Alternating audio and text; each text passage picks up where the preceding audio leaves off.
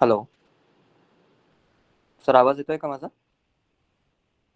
Yes sir. Yes sir. मोबाईलवरनं आवाज येतोय, त्याच्यावरनं येत नाही. एक minute.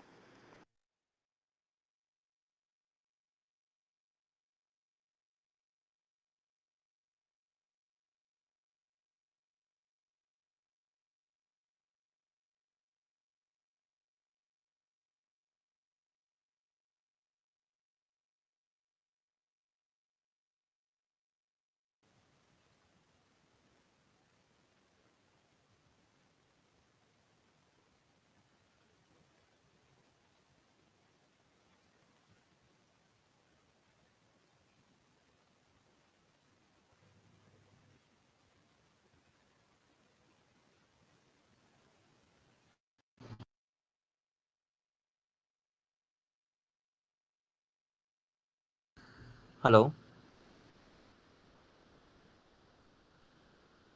Am I audible? Yes. Yes sir. Okay. Okay. Some issue with the network.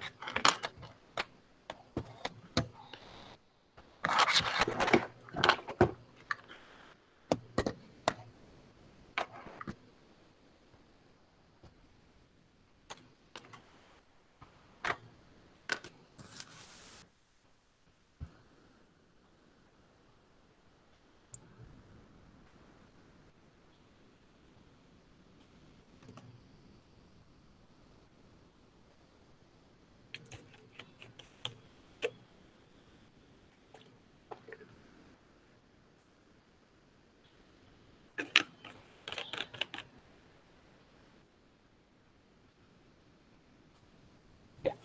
So, very good morning to all. Uh, let's start with today's session. So today we will be taking agenda like we will be discussing various protocols which are used in IoT, or we can say to have an interaction between your servers, sensors, actuators, modules, or there are different kinds of peripheral devices what we can get.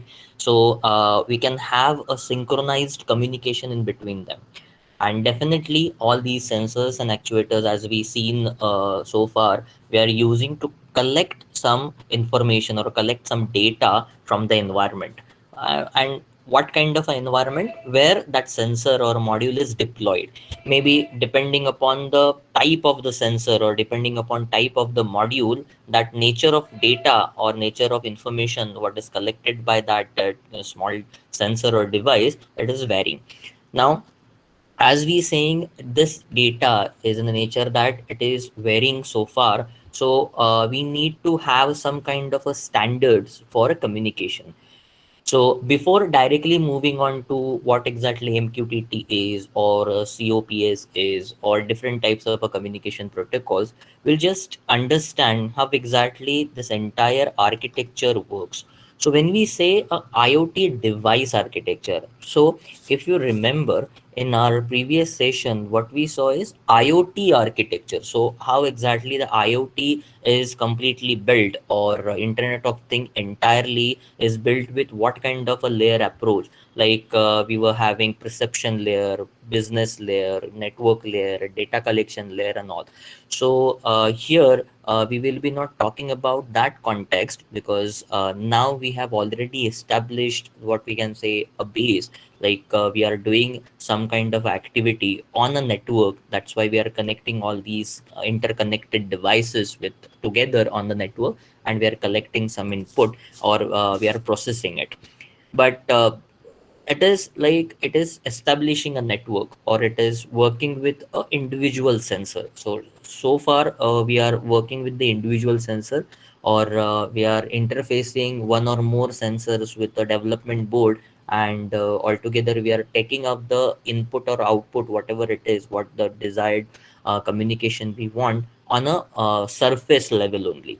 So from today, all these sessions, what we will be going to see is, if we are a client and we are sitting at the remote side, and our what we can say our workplace or our plant is deployed somewhere else, even a geographically distinct location, though we need to able to collect some information, or we need to able to what we can say, control our devices. Like for example, the recent news, like NASA drop a rover on Mars, and now that Mars rover is having a capability and capacity to capture color images of that planet. Even the previously some rovers and some missions were able to capture color images, but that is not that good quality. And whatever the images we seen in NASA's general or publications, that is the illustrated images depending upon the color scheme what it is recorded. But now there are some sophisticated sensors installed on that rover, which is collecting a real time image data and converting it into some kind of a G code, and then that G code is getting transmitted from a rover, then the satellite model to the Earth, and then Earth is decoding it. So on that rover is not having only that capacity to collect the picture or graphical information, a color graphical information, but it can record sound now. And they heard wind sound once that rover is getting landed pre-land on a pre-land checklist. When they fired up their sensors, then they able to listen the wind noise and everything. Now, that rover is giving opportunity for scientists to learn more about that red planet. And with that, another application which is shipped with that rover is there is a quadcopter which is flying around that area, so it can cover much more area in a very limited time to collect various information or various geographical information, and they can study out of it. Now, if we put all this together, this is also what? This is also a kind of network communication, and we can say that these are the small devices, or these are the small sensors which are attached together to form a particular network. Now, this is an interplanetary network we can see. So, this is what the way extension of the IoT, where we can see this kind of application. Now, why this kind of application is succeeded, or so far it is good on that planet? Why? Because of the what the experience we are having for these small devices, what we are interconnecting in day-to-day life. So that's why we take up this session to get familiar with the different types of the device architecture, how these devices are interlinked and interconnected with the interportability. Now, these are a very important terms: interconnected, interaction they are doing, and the interportability. Now, we will be coming across all these points once we are progressing in our session. But this is all around moving around, or this session is all about the devices where we are deploying some kind of a action. Not I'm not saying the code, but I'm saying the action what we are deploying. So in a generalized way, if we can see IoT device architecture, so again this architecture is a layered architecture, but it is somewhat very sophisticated layered architecture. Now, if we compare this layered architecture with our IoT architecture, then it is somewhat similar, but the functionality is totally different. Why? Because we are considering that we have our device ready with us. Now, that whatever the product which client is required, that product is already with us now, that we have already developed. Maybe the client was requiring a smart car which is having some smart functionalities, then it needs to have a variable device, like the robo arm what we see. Yes, yesterday's session, sorry, yesterday's session, that I'm developing a robo arm, but the robo arm is already developed, but I'm just doing it out of a curiosity, and I'm placing different servo motors to it, and I'm controlling the movement of the robo arm by the y and x axis, by controlling y and x axis. But still, if we see the business layer, what business layer was talking about, the main part of your requirement. So that is the important part, where a developer or a IoT enthusiastic or a IoT researcher need to understand what is a requirement which is coming to us, what is a requirement by the client, what that client is requiring, what that client required as an end product, because that client is not interested how you are going to implement it, because maybe that client maybe not be a techno savvy person, or maybe that client is a techno savvy person but not having a good idea about these kind of a sensor and actuators. So what, instead of understanding it that technically at that point, we can understand it by the usable point, then what, where that device is going to be deployed, what will be the use cases for this, and then we can think about the technicality. Now if we are thinking about the technicality before understanding the concept, then it is, there is a very high chance that your entire project may get collapsed, or may get what we can say discontinued, or may halt somewhere because of some lack of technicality, or lack of what we can say a desired input what we want in that. Maybe that issue can be there if we are not understanding what client is requiring actually.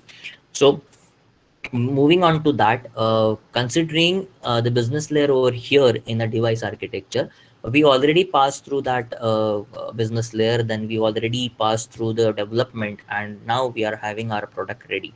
Now the main part comes. We are having our product ready. Now that product needs to talk with the different kinds of a network, with data security or with the transactional security, because only talking on a network or only communicating on a network will not what we can say solve our purpose, but it needs to be a secured communication, because nowadays security is a very optimum part. So if you are sending some email to somebody, though we are checking, we are cross checking it various time whether my communication is secure or not, whether it is having HTTPS protocol enabled or not, or whatever the communication I'm doing, the communication media what I'm using, that media is secured or not.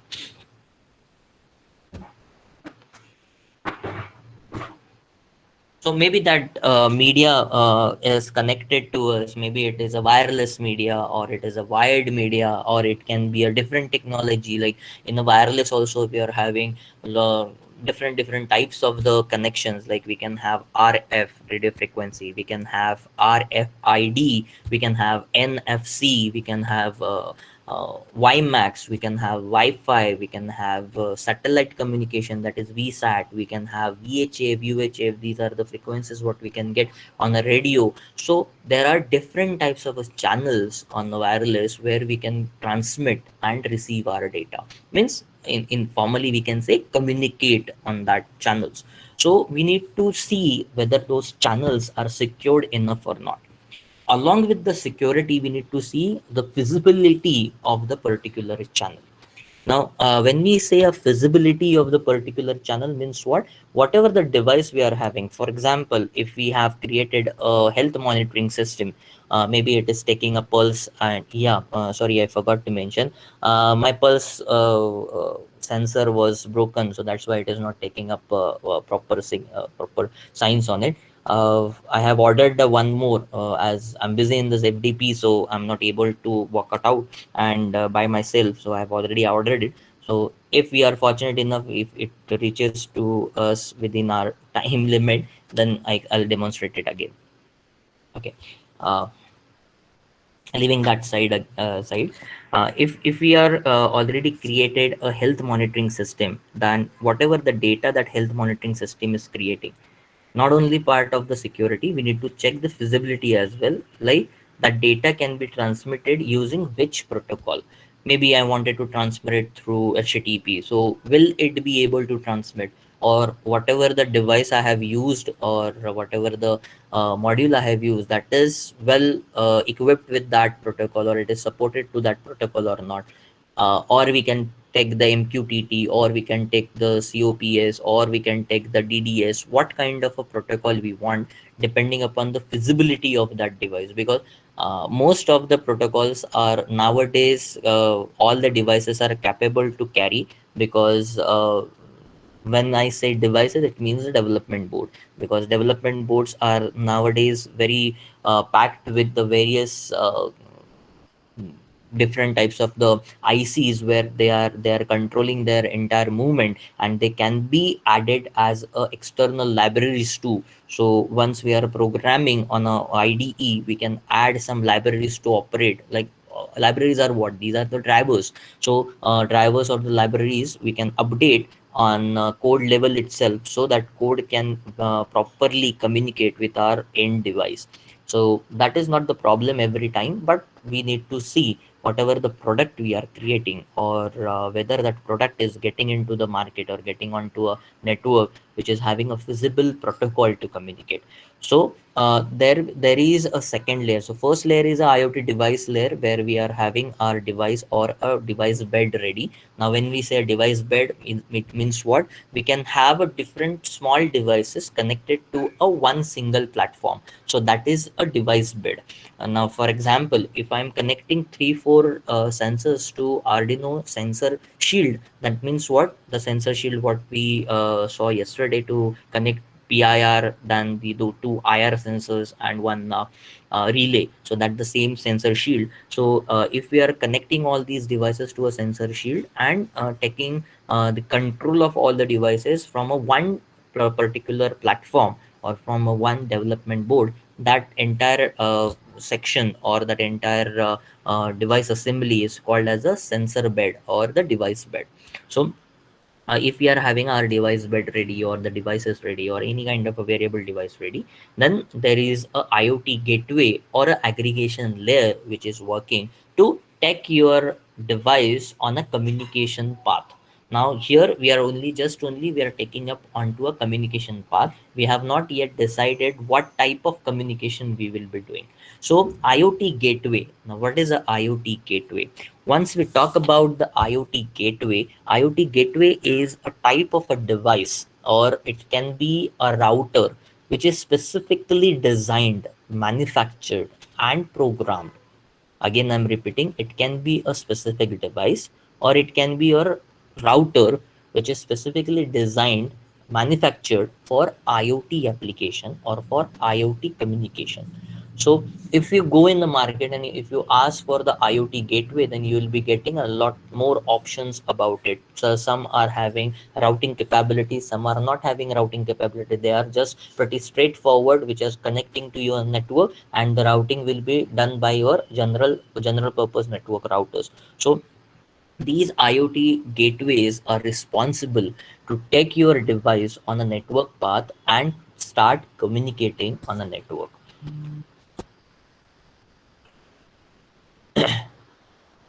So once we talk about these devices or IoT gateways, now what generally we generally consider about the networking devices, where we can have different kinds of a communication, where we can have different kinds of a protocol which are getting together and forming a network. Then there is a aggregation layer involved. Now once we talk about the aggregation layer, this aggregation layer is responsible to, sorry, now this aggregation layer is responsible for communicating between your router or the network device and the cloud. Now every time when we are putting our data on the network, that is going on to a cloud. So this aggregation layer mainly involved with the what we can say a major cloud players. Maybe it can be Amazon, it can be Azure, it can be any cloud service provider which is having a very basic first connection layer. So that is the aggregation layer. So here the aggregation layer is actually taking up the communication and connecting it onto a real network. So here the protocols are involved. So here we need to define the protocol, at what protocol we wanted to send or receive our information or our data. Then we are having a processing engine or event processing layer. Now this is completely a part of a cloud or a completely part of a network server, and basically these servers are deployed on the cloud exactly. So the processing engine is going to process your information or going to process your data. Now once we talk about the processing the data, Definitely, we will be having a practical demonstration of this onto a cloud in our next session. So there you will be understanding this device architecture very well, because we will be taking up some sensor, and we are attaching it to the one of the cloud, and we are collecting that sensor's data on our machine as well as on the cloud. So, and when then we'll see how we can visualize data on a cloud. So this processing engine is taking care of that. So this processing engine will create some APIs or REST APIs. So APIs or REST APIs will be created by processing engine or will be created by the cloud infrastructure. Now this processing engine is again responsible for creating the blocks. Now what is a block on a cloud? So every sensor or every device must communicate in a channel, because cloud will have your own communication channels. So on the channel we need to transmit our data, or we need to fetch that data. So that is also a responsibility of the engine to create that. So ultimately it is processing your information. And the event processing layer means what? Whatever the action you wanted to perform. Like in next session we'll try to implement one action pane where we will be having a node MCU connected to a servo motor, and that we will be uploading on a cloud, and through that, through cloud we'll try to move our servo motor, or we'll try to control our servo motor. Maybe we can have a rotation of the motor shaft, or we can do some kind of a controlling application through that. So that we will be trying to do. So what will be the event processor's work, or the what will be the event processor layers work? So there we can control our devices. So if we are having a situation where we wanted to control our particular device, where we are not in front of that device, remotely we wanted to control that device, then in that time what we can do is we can use the event which we will be specifying. So there will be a channel associated with the events, and depending upon the uh, controllable device we have attached to the cloud, we will be writing our event. So that event needs to be processed on somewhere on the application. So that cloud application will have a event processing layer. Then finally we will be having application layer, or the API management layer, which is totally responsible for creating a web portal, then API management, and then the dashboard. Now what is a web portal? If you remember, we created a LED switch on switch off application using node MCU. So we have created a web portal at that time, as our node MCU was in access point mode, and through that access point we can connect more than 2 or 3 devices with the access point, and we can actually have that control panel, and we can control our sensors. So instead of LED, let's assume that there is a sensor. Maybe there is a humidity sensor, or there is any kind of a robotic arm which is working. So any kind of a device what we have attached, so that we can control through that web portal. Now this web portal is not only give you ability to control that device, but it is giving you ability for connecting various devices. So this web portal will be equipped with the API managers. So there is a specific set of rules which is available. So there we can create the APIs. Now what is the API? API is application programming interface. Now, this thing is very important, as this is the communication section of your device and your cloud. So we need to create two types of the APIs. One is a read API and another one is a write API. So don't worry if we are not getting this. We are actually going to create the API. So there you will be seeing it, how we can create the API. So the write API, what write API will be doing? It will responsible for writing your information. Writing information where? Writing information on your device or device to the cloud. Now the read API. Now what read API will be doing? Read API will be collecting the information what device have collected, and it will show you on the cloud.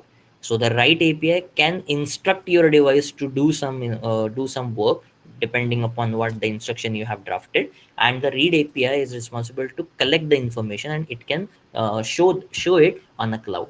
So once the API or web portal is doing their job, we need to see a visualization. We need to see that data. We need to see how many devices are connected right now. We need to see how many actuators are connected, or if we have connected.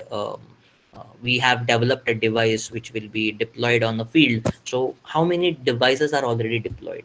And we wanted to take that counter. So we can have a dashboard where all the information is collected, then rearranged, and it is shown in a particular manner.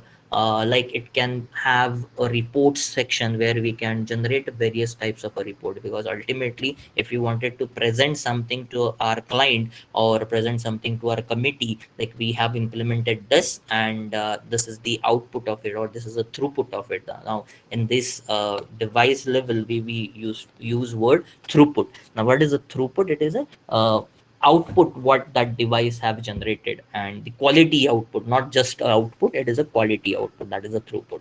So if you wanted to show that, you wanted to have a dashboard, you wanted to not the dashboard, sorry, you need to have a report. So all these things can be controlled or can be created through dashboard. So if you wanted to see a dashboard, I'll be showing it once we are connecting our device with the cloud. So that time we can see a different dashboard and different options on that dashboard. So we will be having option like to create a API. We'll be having an option to make a public, your feed can be public or can be a private one only. So it is just like your YouTube video. So if you have uploaded a YouTube video, and if you want that YouTube video to be seen by all the network users, then make it a public. Or if you want that it needs to be available only with my channel, and when I'm sharing a link, then only a person can view that, or depending upon the actions what I'll be doing. So that is the private one. So that you can do with your sensor feeds as well. So these cloud platforms, or some cloud platforms are open source cloud platform, but they are not free. Now you will be thinking about, I'm saying these are open source but they are not free, means what? It means like the registration and using their services is open source, but if you wanted to use this commercially, or you wanted to share something, or you wanted to use any of the service what that cloud service providers are providing for your profit, then you must what we can say, register for their service, and there you need to pay for a free use, or for a, sorry, for a free use, or for educational uses. They will give you instances for a free. Now for example, if you talk about the AWS services, no, it's Amazon Web Services, then on Amazon they are having a tradition, like they are giving you all the services for a free to use, but they are having some limitation on it. Like they have limited use of all services for 750 hours. So per year you will be getting 750 hours for service to utilize. So if there are service like if some services are involved with the storage, so if you need to have a hard drive to store your data, then there is a data limit, so you can store up to 30 GB only. But till 30 GB there is no cost for you. Till 750 hours in a year there is no cost for you. So you can come, enjoy your service whenever you want, use it. When you don't want, turn off it. If you are not going beyond the free limit, there is no charge or there is nothing. And they are making available all the services what they are having, even their RoboMaker service, SageMaker service. So this is a SageMaker service is a very fantastic service what Amazon is providing for machine learning. So you can create your model in a very less time, and even you can connect your already connected model with the Amazon SageMaker, and you can start using it. And till 750 hours of the instance time, or that SageMaker's time, there is no cost for you. So if this is a very good opportunity for researchers, if they wanted to host their IoT plus ML applications, then we can go on the Amazon cloud or the Amazon IoT cloud, and we can host there. So this is what the IoT device architecture is. Now we are pretty interlinked with each layer of this architecture. Like devices are linked with gateways and aggregation layer, and these are again interconnected with the communication protocols, MQTT, HTTP, and so on. Then these two layers are connected and having an interconnection with the processing engine and event processing on the cloud, we can say. So it means, in a nutshell, we can say that these things are getting connected on a cloud. So once these things are getting connected on the cloud, then definitely we'll be getting a dashboard, or you will be getting an application to operate on your device. So now we have a device which is on the hardware part connected on a network, and we can able to manage it. Now the functionality part is over, and the most important part will come. That is the security of your communication, or that is the security of your device. Even the device requires security, because there are so many cases which is seen that because of the faulty device programming, that entire device is got rooted or got hijacked or got hacked, and some catastrophic event was happened. Like, for example, if there is a smart robber who knows device hacking, then that robber can rob a ATM machine. And unfortunately, these ATM machines in India are handled by other service providers, and if these service providers are not taking adequate security measures, like every device comes with a default setting. So if that device is having a management console where you can manage the device, like for example, if you try to configure your home Wi-Fi router, then you need to log in into its configuration area, configuration page. So that is what, that is the ultimate way to configure your device. So that device area is backed with user ID and password, and the default username and password is already printed on our device. So we can use this for a first time, and it is recommended that you should change your username and password. But because of the thinking, like in my home, who will be coming and who will be doing any changes to my router, let's leave it as it is. We'll see afterwards if something goes wrong. So because of this leniency, security is getting breached. So if there is a potential hacker outside, can hack into your network. So if you are leaving your base password on a default mode, then I can tap into the wired network, because wired network doesn't require any wireless key to operate. So I can tap into the wired network, and then I can hijack your router, and then through your router I can hack into some another machine or another device. And once a trace back happens through law enforcement agencies, all the logs are pointing towards your IP address and your router, not from me. So that kind of thing can be happened if you are not taking adequate security measures.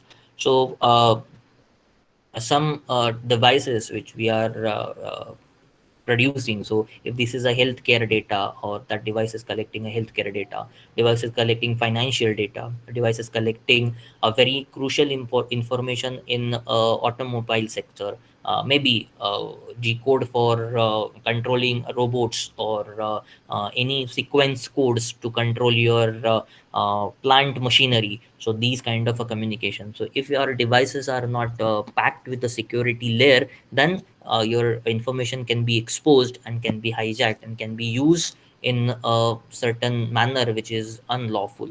So for that, we need to implement a security on it. So how we will be implementing a security? So there are two different layers which are introduced in device architecture. The first one is device manager. So this device manager is responsible for collecting all types of the communication, what we can say, protocols. So here it is not going to collect with any layer or anything. It is responsible to connect with the communication protocol, and it ensures that appropriate protocol is selected for a particular communication. So that is what the device manager's work is. Even if you wanted to feel the device manager's work, you can go into your Windows control panel, and there you can find a device manager, or you can find administrative templates, and under that there is a device manager.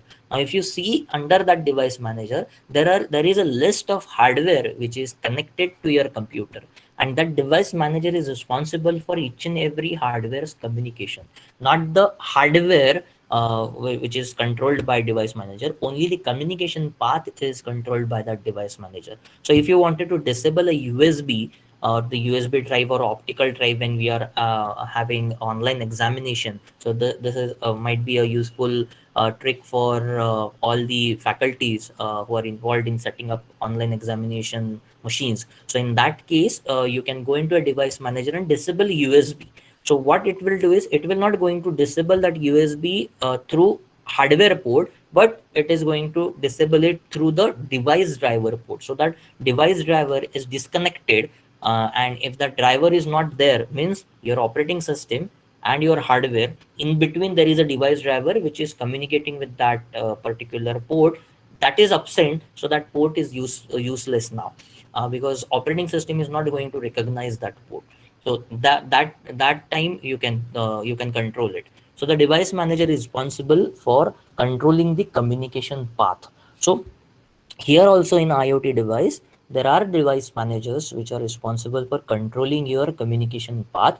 You need to specify that path in your code. So automatically, once your devices start transmitting it. So if I'm having a Node MCU, then I'm having a chipset on it, CP1038 or any kind of a chipset. So in that chipset, it is already embedded that device driver. So once I programmed my Node MCU to use MQTT or to use HTTP, so in our previous example, when we are putting it into a access point mode and showing a captive portal or any application, so that time I'm putting it into a HTTP mode because I have coded it with the HTTP page.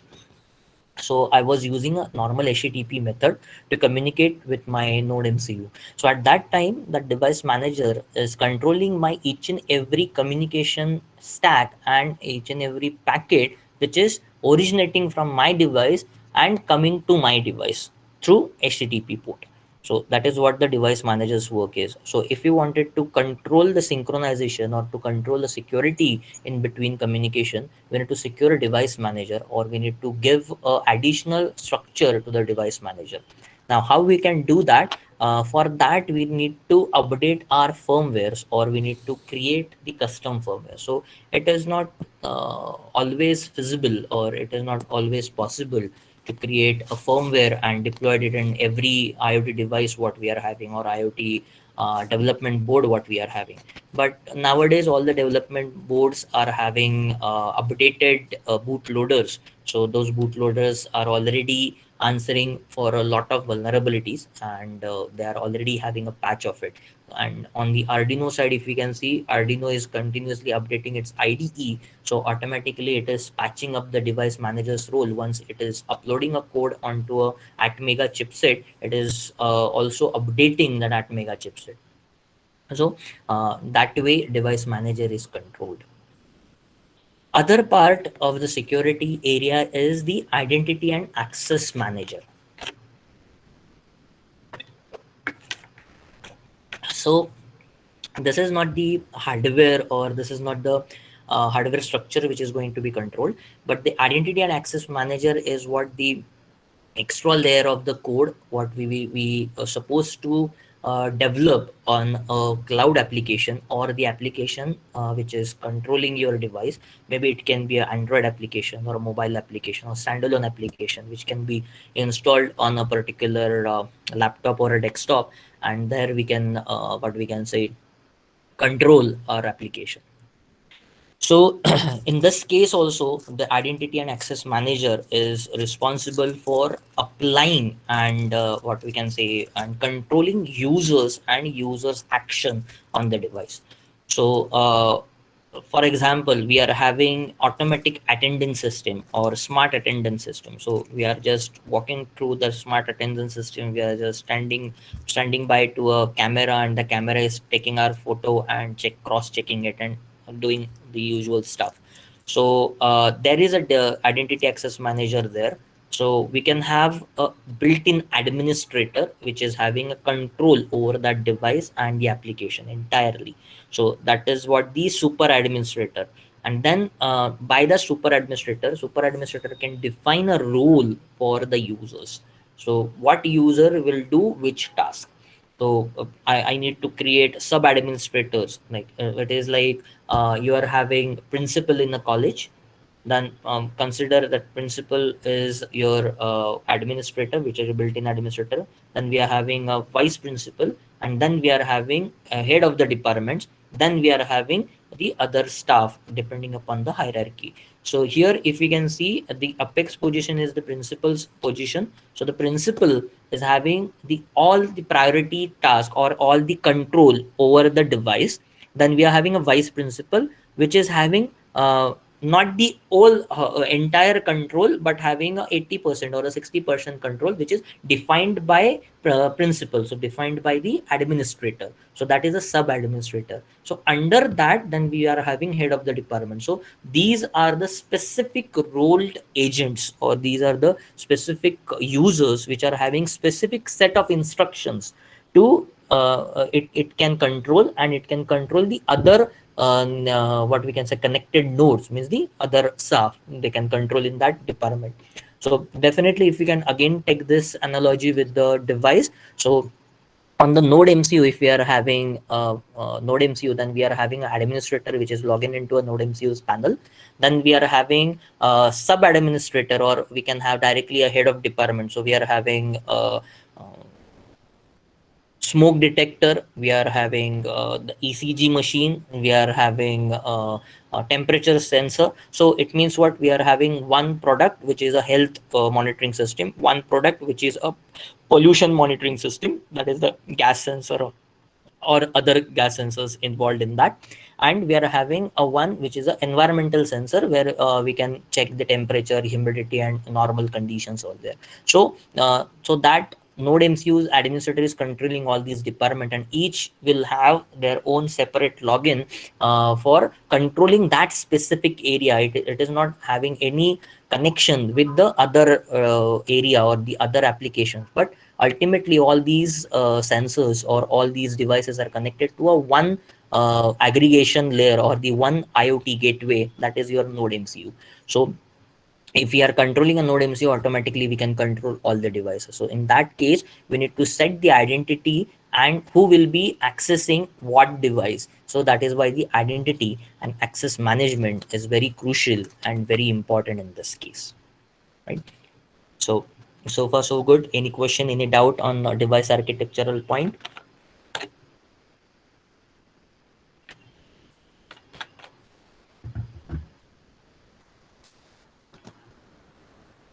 Sir, one question just I want to ask Yes. Yes.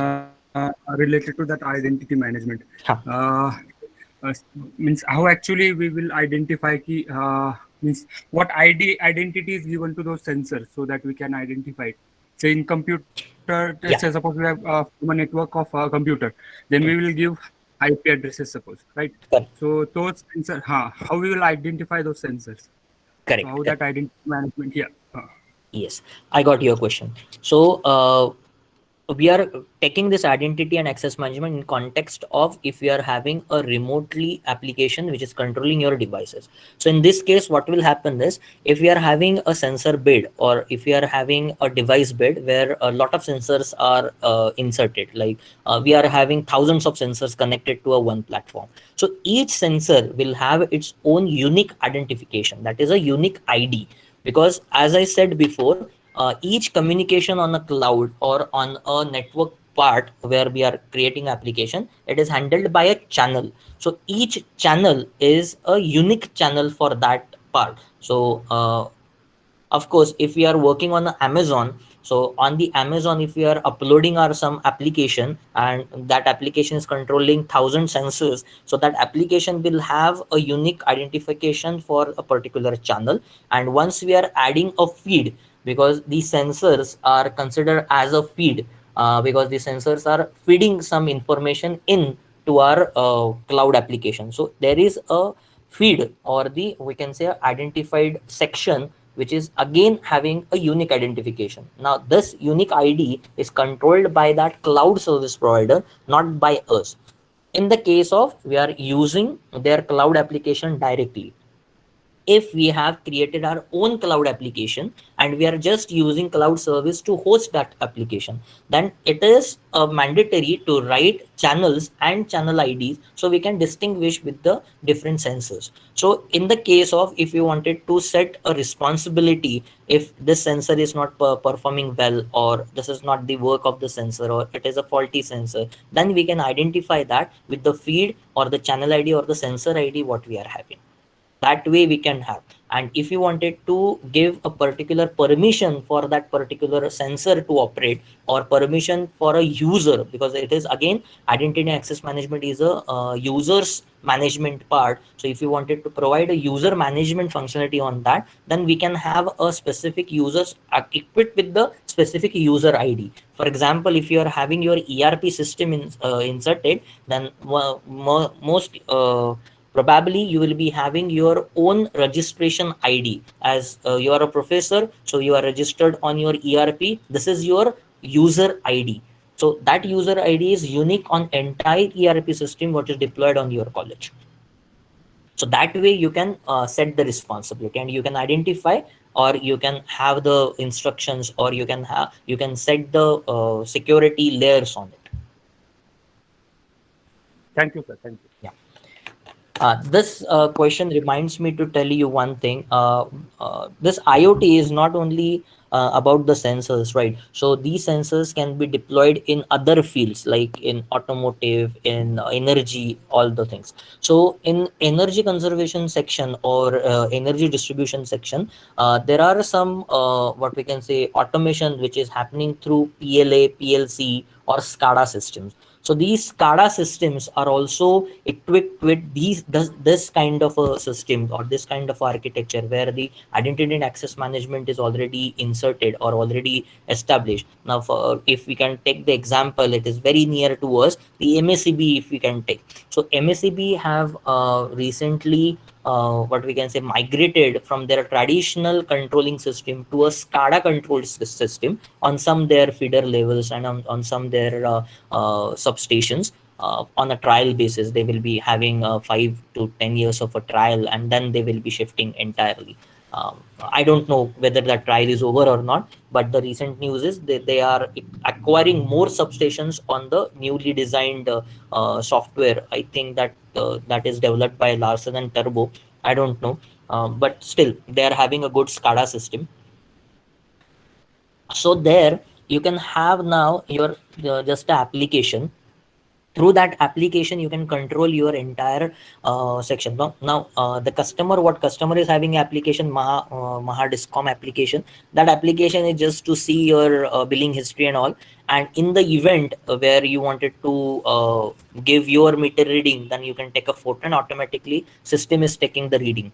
So but if you see the wiremen or engineers, they are having a specific application where they can control the feeders. So even in your application, if you can open right now, if it is installed in your phone, you can open and you can see the feeder information. So once you click on the feeder, you can see the loss, and what was the uptime of the feeder, what is a ratio of that feeder, the accuracy of calculating your bill cycles, everything is listed there. But previously, some years back, it is not done automatically. It needs to be done manually. So that person has to visit, that wireman or that engineer specifically has to visit a feeder site, need to check all the system manually whether it is having accurate results or not. And if it is not having anything, then they need to troubleshoot in that way. So if one or two feeders are not giving a proper reading, then they can troubleshoot that feeder through that mobile app, and it is controlled by a centrally controlled system.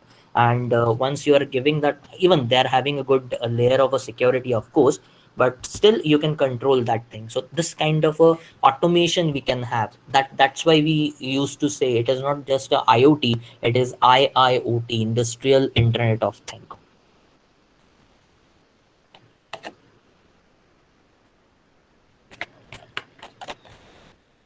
Yes, any other question?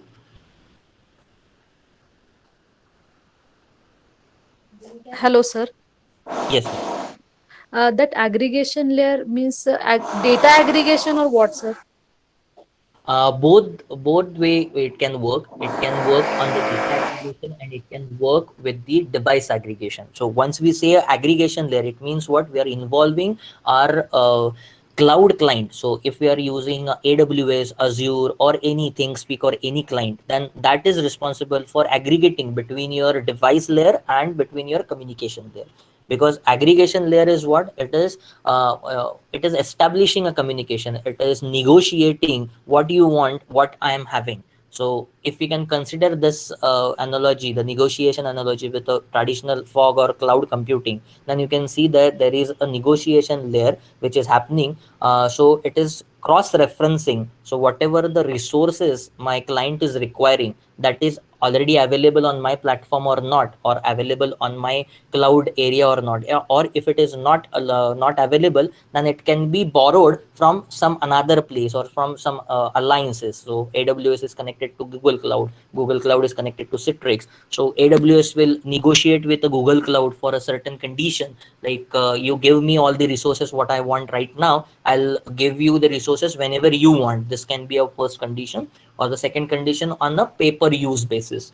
So in this also the same situation is here. Only the thing is, it is not borrowing any resources from outside the cloud network, but from the different cloud sections. So if there is a AWS and your device is requiring certain amount of a storage, certain amount of a application requirement, processing everything, and if it is not rightly available with the AWS right now, then it can be made available you on the fly, based on the your usage, and then they will be giving you the charges. So that can be possible on the data integration or the data aggregation layer.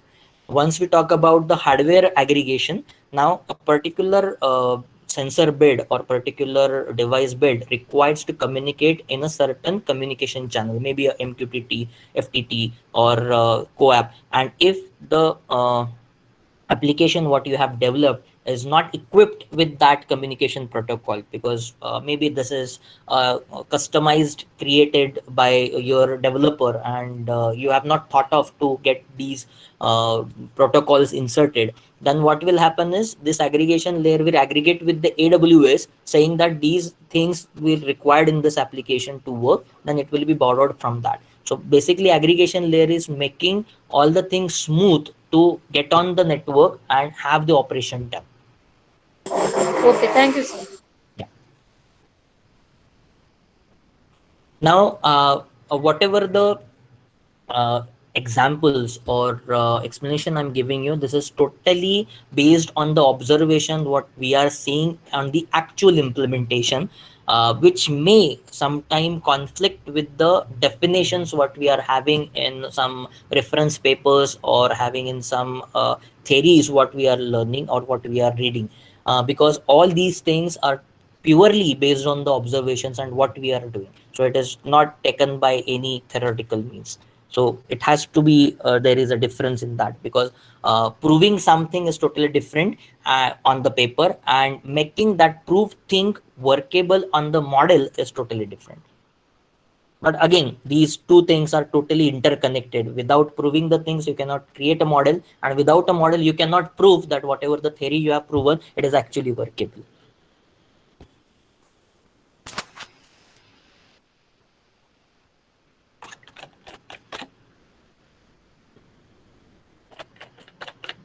Any more questions? Shall we move ahead with the another slide?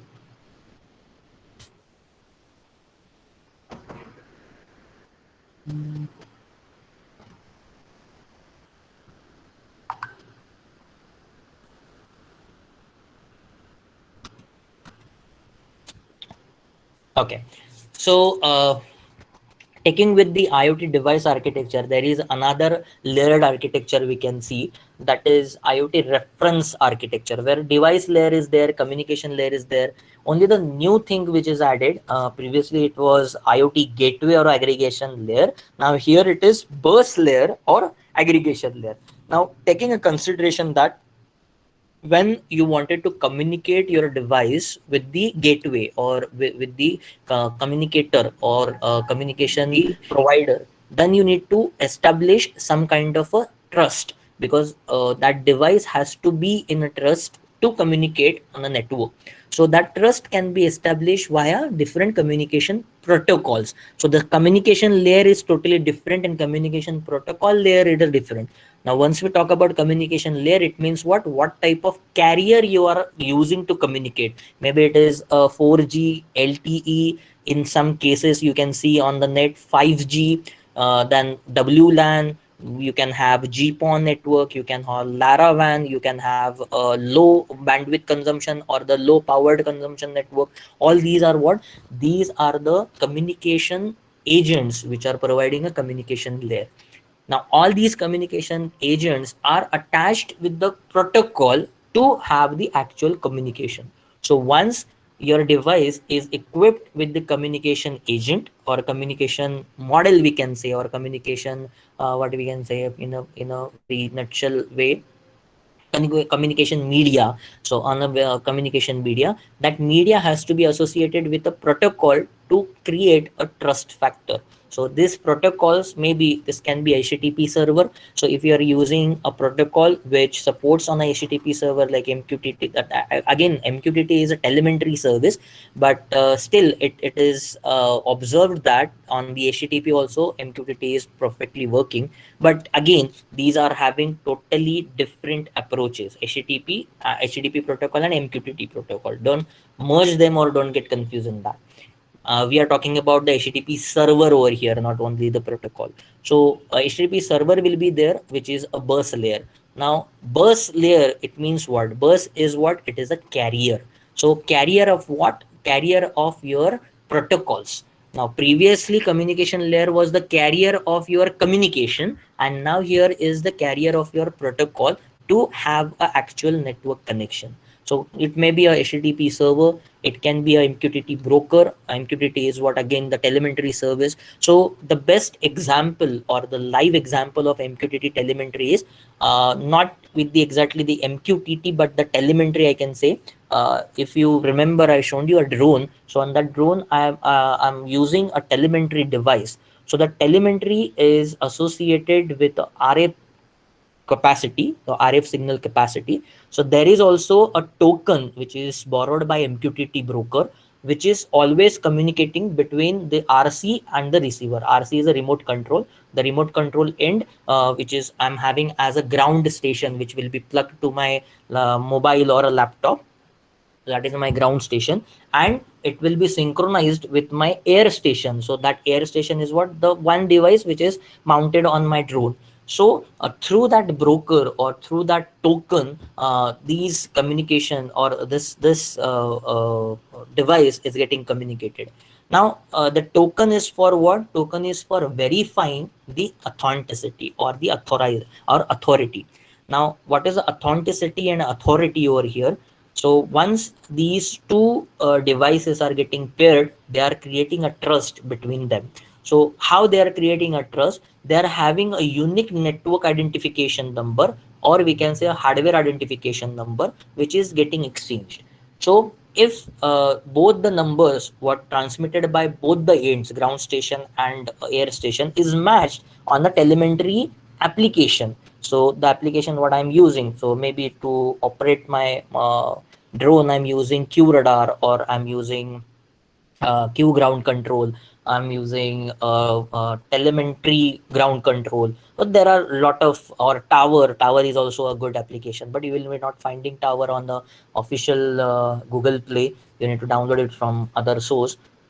But still these applications, so these applications are controlling that device. So there that device is getting connected first. So there the authentication and authorization or the authority is verified. So once these tokens are exchanged and the trust is established, then only that device can communicate with each other. Means the slave and the master device, or ground or air device can communicate with each other. Now why we required this? Why we required to form a trust? To identify, or we can say that not just to identify whether it is a trusted and it is a valid device or not, but far more than that. Imagine that if I'm having 5 to 6 drones together and they are flying right now, and all these 6 drones are equipped with telemetry. Now 6 people or the 6 persons, or there are a lot of people outside there, and 6 persons are controlling these drones. So if this kind of authentication or validation is not there, then what will happen is any ground control can connect with any of the air module, and because of that we cannot control our own drone. So if that drone is identified to me that okay, drone number 1 is belongs to Amer, drone number 2 is belongs to Satish, drone number 3 belongs to Rajesh. So in this case, which is Amer's drone and who is controlling Amer's drone, or the device what I'm having is actually synced with the Amer's drone or not, there are the questions. So because of this kind of authorization, though there is not the 6, even there is a 60 drones outside, and 60 persons are controlling them. Each and every drone is linked and synchronized with the each and every ground controller or the ground control module which that person is handling, so that operator is identified properly. So misguiding or transfusion of the what we can say your ports, or misleading information is what we can say avoided over here. So that's why we required these burst layer and authentication in that case. So once we are having on the reference layer, the burst layer or the aggregation layer, that now here they are identifying, authorizing. So HTTP server, MQTT broker, or gateways are there to perform this task, and then it will be passed on to the cloud for event processing or analytics. Now here, why we required all these devices to be connected on the cloud? Because we wanted to have a further analysis on the device data what they have collected. So the analytics needs to be performed. So that's why on the dashboard you are getting those values, or those reports, or if you wanted to collect a data as a data set and wanted to feed it to the machine learning, or feed it to a neural network, feed it to some another machine, or just have a database, then this analytical layer is doing the task for you. And finally, there is definitely on the top of that application layer and API management, which is a common because it is the only application layer which is creating and deploying the application part. Right? Clear? Any question, any doubt on this reference architecture?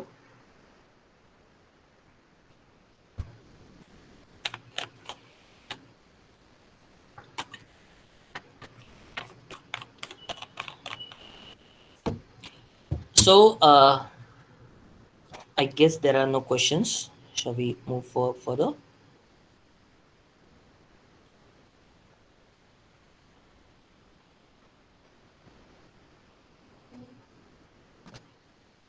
Okay, great. So based on the discussion, now we can finalize the forum reference model. So this is what the reference model is as an outcome of these two architectural layers. That on the first we are having devices and the controllers, where the actual sensors, devices, machines, edge nodes, fog nodes, everything is connected onto it. And then there is a connectivity, maybe a communication protocol, communication layers, and communication devices are connected. Then we can have a edge computing. Then now means what? This is a traditional computing method what we are having, maybe a edge and fog. I've forgot to mention fog also. So edge and fog computing can be there. Then it can be connected further to a data accumulation, data abstraction layer. Now what is a data accumulation layer? Whatever the sensor is sensing, we are accumulating it into a data base or a data set. What is the abstraction? There is an aggregation and access. Again, the ma'am, what you have asked me the question, it can be a data aggregation and it can be your network aggregation or the device aggregation. So here, this is the data abstraction layer where the aggregation is taking place and the access is taking place. So if we are viewing in the context of a data, then it is a data aggregation. And if we are viewing it in the context of the device, then device aggregation and the access is over here, or the granted over here. And then finally, we will be having an application layer for controlling all the things, routing the things. And on the seventh layer, which is a collaboration and processes. So this is the most important part of the layered approach in any of the IoT model. As at the very beginning, I always say in my all what we can say, communication with any FDP or any talk, that a single technology will never going to make any difference. So it has to be a collaborative effort. So the collaboration process is needs to observe in every technology, whether it is a IoT, it is a information security, it is a network security, it is general networking, database application, then we can see over here cloud, anything. They has to, or whatever the product you are creating, they has to be equipped with the collaborative approach. So another product or another technology can sync with that product and can make a better product. Now the very good example of this is machine learning, cyber security, and IoT. Now putting all these three technologies together, we can have a good product like the intelligent intrusion detection system. Now in a cyber security, we are having intrusion detecting systems like on the network. Maybe there is a virus, worm, trojan, maybe there are a lot of malwares are available. Now those malware needs to be protected, or the malware attack needs to be protected, happening against our network. So there needs to be a identification mechanism. So the better IDS you have, the intrusion detection system you have, the better chance to identify what kind of a malware it is increased. So if we are using these three technology, IoT, information, sorry, machine learning, IoT, and cyber security together. So through IoT you can have a small device, a small low power consumption device which can be deployed on a network. Then we can have a machine learning approach. Depending upon the past performance of that device, then whatever the data that device have collected, if that device is equipped with the IDS, then what are the infections which are detected by that IDS in the past, what are the infections which are mistakenly bypassed by that IDS, and it is catch into IPS, that is intrusion prevention system. Because IDS, this intrusion detection system, is totally focusing on detection, and prevention is totally focused by the IPS system. So it is like that. And with the help of this event data or this past event data, we can feed this data as a learning objective to our machine learning model. So this past data can be fed to a machine learning for learning this kind of a intrusion can be there, or this kind of intrusion can be bypassed by the system. So this is what the information what that model is getting. Now whatever the data that device is collecting real time, that is also been fed to the machine learning model, which is, we called it as a forward feed method. First one was the back propagation method, now this is the forward feed method. So on the forward feed method, or the concurrent neural network or the neural network, we can get that.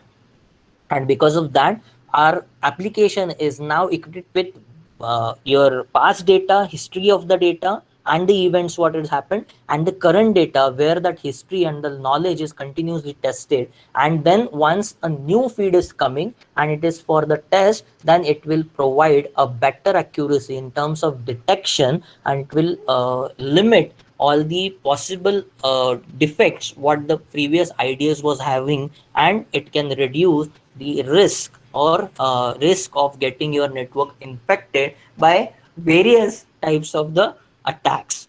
So that is what the collaborative process is. So here IoT, machine learning, and cyber security have collaboratively created a one more fine layer of a device which is taking care of the all the detection methodology. So by this we can have a sustainable product in terms of the intelligent IDS IPS.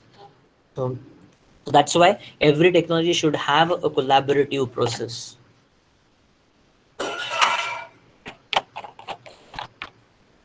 Yeah, sorry for that.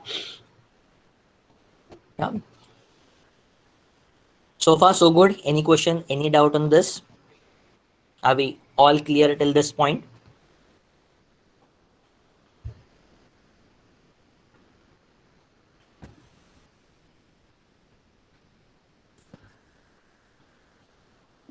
Yes, sir. Great. Okay. So now let's get ourselves on a connectivity layer. Let's dissect this layer one by one with the fine tuning of it. So the connectivity layers, which is enabling our data transmission.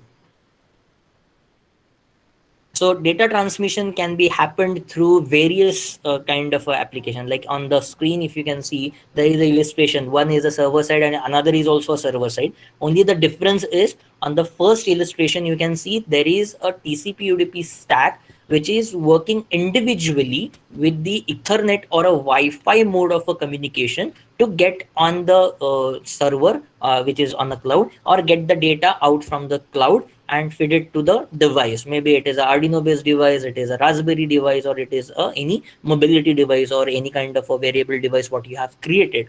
So that kind of a stuff. But on the other hand, what we are seeing, we are having a gateway. So this is more collaborative effort.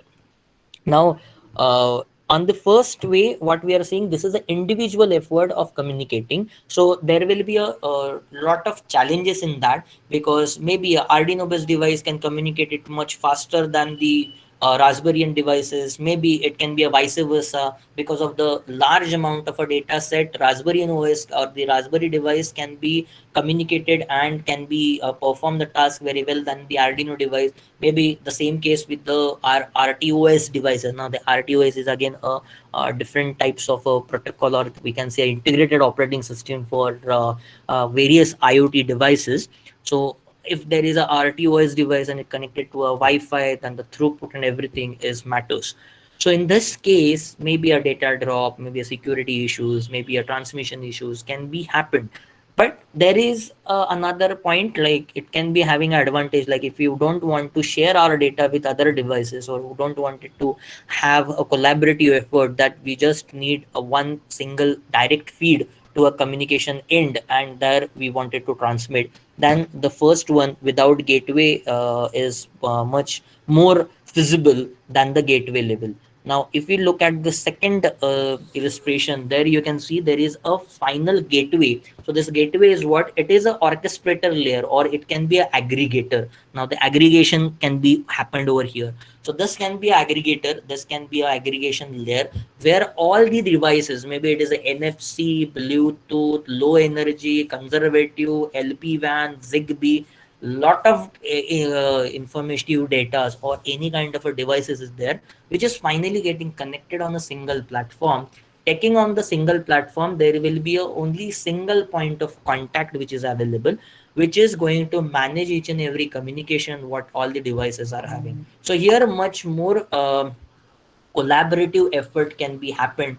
And because of that, if we are having an application like we are having a NFC tag with us, and that we wanted to read. So I have already included a one NFC practical in our third session when we talk about the security over the IoT. That time I'll be showing you a one NFC practical. So that NFC is already we are having. So if we are having an application like we are having an NFC card reader, and that needs to be read the data.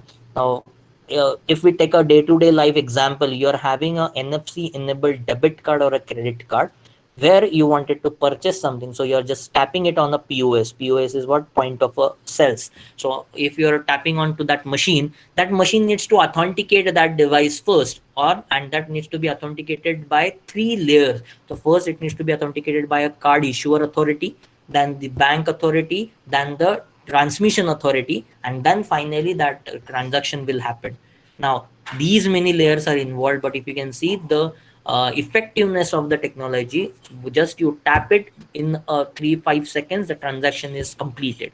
So that is what the speed we are observing. But in that case, if it is a one-to-one communication on the server cloud side, then it have a larger latency, it will have a congestion. But because of the gateways, these other services are interlinked with each other. That's why this communication is faster. So if you wanted to transmit this same data at the same time to the two different servers, it is possible in the gateway level, because that gateway is connected with other technologies as well. So not only with the financial transactions, if you are having an NFC, just a NFC to tap and pay, or to tap and see, and to tap and check the things, and if you tap that NFC to a device, then that needs to be connected to your LPWAN device, that is a low power consumption wide area network device, or a Zigbee device which is communicating on RF kind of a stuff. So it is very smoothly taken by the gateway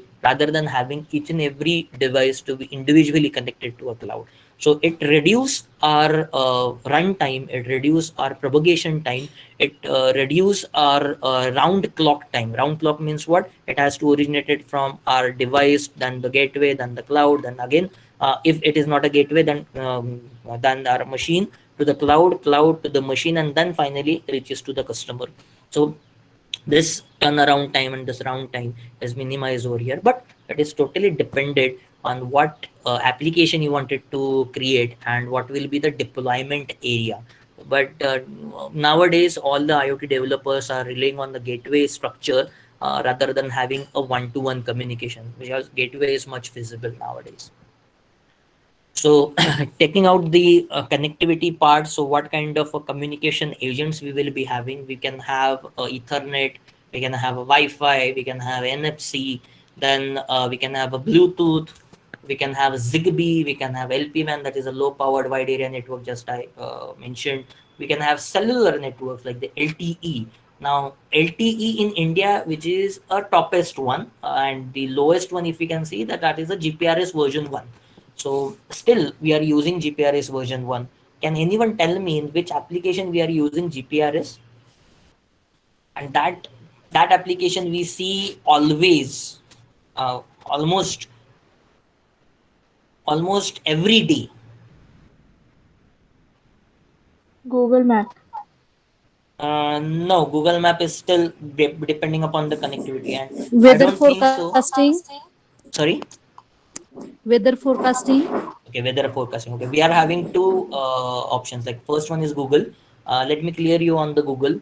Google is Google Map is totally depending upon the network, and if you are having a fast network, then it will perform very well.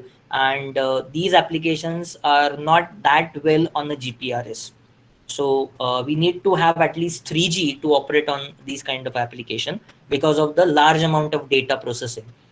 So GPRS is having a very low bandwidth and low transmission rate. So we'll have a very much latency in communication.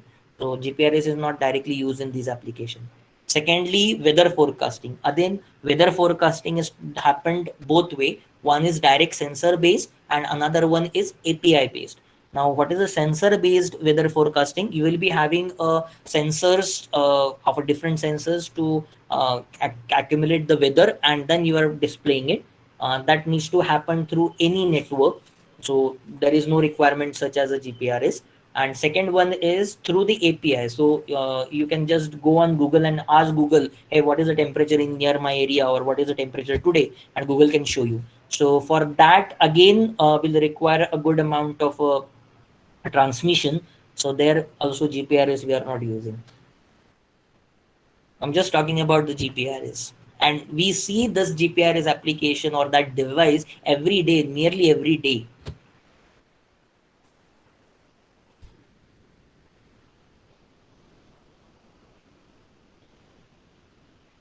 Any other thoughts?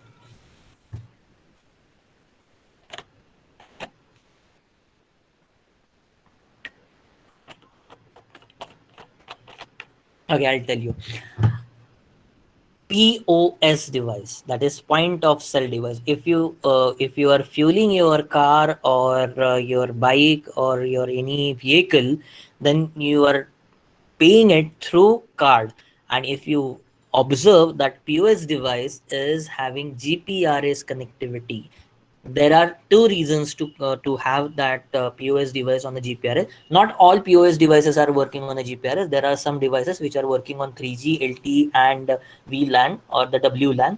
But those devices who are having totally a black and white display, which is having a very smaller or the bigger interface, so on that they're used, it is specifically written GPRS connecting BSNL, Airtel, whatever the carrier is, so the GPRS is connecting.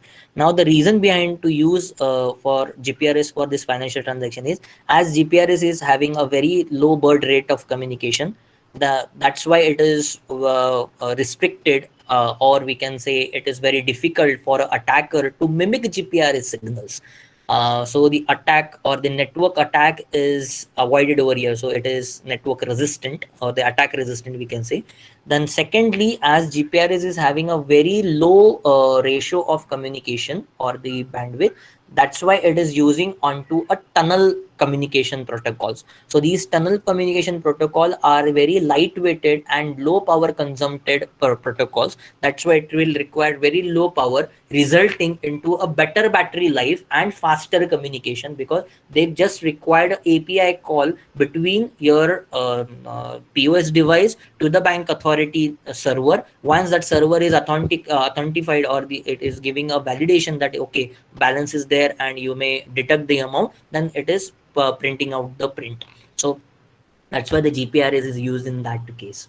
If you have not observed it today, once you are visiting a petrol pump, then please check your POS device whether it is written with the GPRS or not, and now then you can search, right? Yeah. So so here is a quick what we can say use case, or we can say pros and cons of using different network channels or the connectivity. As we are having a Ethernet network channel for communicating, then we can have it's a wide range connectivity band, but having a very short range. Why? Because it is a wired one. It is having a communication band which is a wide range, but it is a short range communication, because of a wire we need to pull up. And if you can see, if you are pulling your Ethernet cable for more than the 60 meters, it start degrading your speed. And the optimum meter is 100 meters. Above 100 meters you cannot fetch your internet cable. So that is what the short range is. So you need to put the repeater or the signal strengther or the allocator in that case, or access point in that case.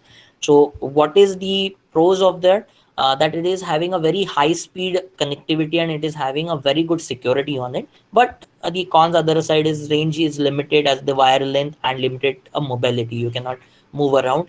Popular use cases can be video cameras, game consoles, fixed equipments, or your Raspberry Pi if you wanted to place it on some fixed position or something. Then you can have a Wi-Fi. Again, it is having a short range, and now the Wi-Fi's range is totally depend upon what type of the Wi-Fi capacitor you are using. So if I'm using Node MCU's Wi-Fi capacitor, then it can give me a 300 meters range or 200 meters range, depending upon what chipset I'm using. So if I'm using a home router, then I can get up to 800 meters range. If I'm getting a what we can say industrial lead router, then I can get a 1 kilometer range. So it is totally depend upon what antenna it is using, what synchronization it is having, what dB signals it is emitting or collecting. So it is totally depend upon that. But again, it is a short range one, and but it is having a high speed and great compatibility, and it is having again mobility, but the limited mobility. Again it is but the limitation, the most important limitation is Wi-Fi is a very high power consumption device, because there are a lot of strings attached to it. Like it needs to power its core, it needs to power its antennas, it needs to power its circuit board, it needs to power its IC which is controlling thing, then it needs to power the routing IC. So there are a lot of strings which is attached to it. That's why it makes it as a high power consumption device. But it is used in various use cases like smart home, smart offices, devices which is easily rechargeable. So all these things can be possible. Then if we talk about the sorry then if we talk about NFC, then near field communication is a ultra short range. Now why it is ultra short range? Because it is having a maximum range of a 5 centimeters. So if you are having a device which is near to a 5 centimeter, then only you can communicate. 5 centimeter is also on the toppest NFC trans receiver. So once you are having a very high end NFC trans receiver, then up to 5 centimeters you can communicate. Otherwise, in a normal NFC, like we are having it on our debit card, it needs to have between 2 to 3 centimeters. then but it is a very low power consumptive device, so we can use it with the very near field communication. So that's why it is called as a near field communication. It needs to call it as a ultra near field, because NFC's range is shorter than the RFID sometimes, because RFID is totally depend upon what type of a radio frequency emitter you are using, and depending upon that again the distances, but it is not more than 8 centimeters. Then you can have a Bluetooth, you can have LPWAN, you can have Zigbee, you can have cellular network, which is cellular network is totally long range. LPWAN is also totally long range, because LPWAN is low powered wide area network. So cellular networks are consuming a high power and it is having a low latency, but in the LPWAN it is having a larger latency, but it's a low power having a low bandwidth. So it is now our choice when we are developing or developing a sensor bed or application, what type of a device to choose from. Right. So what we'll do is we'll take a lunch break now, and after that on the next session we'll continue with this discussion, and then we'll continue with the AWS cloud. So let's have a lunch break now. And if we are having any questions for this sessions, that also we'll take in the next session.